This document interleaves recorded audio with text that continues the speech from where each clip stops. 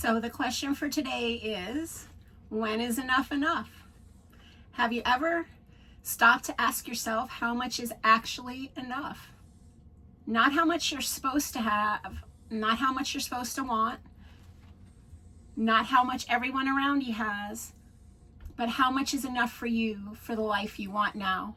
Hi, I'm Leanna. I'm 60. I live solo, and I'm building a life around freedom, curiosity, and doing things on my own terms. Today, I live in a tiny RV with about 130 square feet of living space. It's tiny.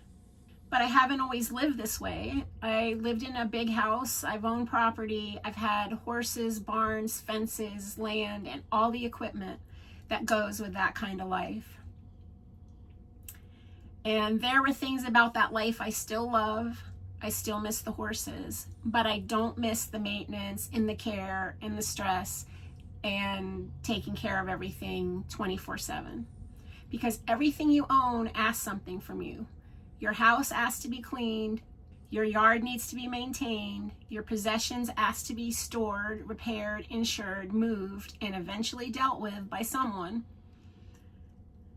And none of that is bad, but at some point I had to ask myself, how much of my life do I want to spend taking care of my life? And how much do I want to spend actually living it? That was the big change for me. You know, back in my 30s, I was building a life, adding to it, working towards things. I had goals. But at 60, I found myself asking a different question. Not whether 130 square feet is enough for everyone, because it isn't. The real question is, what is enough for you? Have you ever actually decided that question for yourself? Or did you just keep going? A little bigger house, another closet, another thing to maintain. Living in this little space forced me to answer that question because there's really nowhere to hide from your decisions in 130 square feet. If I bring something in, I have to know where it's going. And if I don't use something, I have to probably get rid of it pretty quick.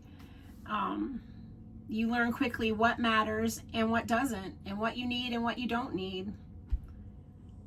And here's what surprised me is I don't feel deprived. I feel comfortable. I have all my basics. I have a chair, the desk, my little dog Junebug, and I thought living small would remind me of what I didn't have, but instead it reminds me of how little I actually need. So I still love the person who I was when I had all that stuff. I don't have to prove that life mattered by carrying all of it with me forever. That was a great life. And this is a great life too. And maybe that's one of the freedoms of getting older. You get to decide something that once fit you doesn't fit anymore. And you know, you don't have to apologize for that. I don't live in 130 square feet because I think everyone should. I live here because right now, this gives my life flexibility, mobility, fewer things to manage, and it gives me room. You know, not physical room, but room to stay curious about what comes next. And so I think what I'm saying is maybe a smaller life isn't a lesser life. Maybe less to maintain means more freedom to move. Please tell me in the comments, what does enough look like to you now? Has your answer changed as you've gotten older?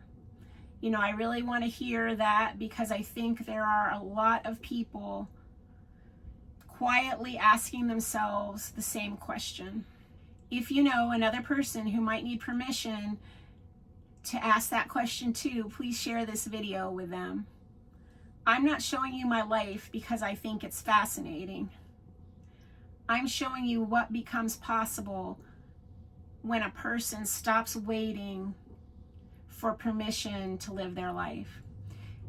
So if you want a tour of my tiny RV, please let me know in the comments. And thank you so much for spending this time with me. I'll see you in the next one.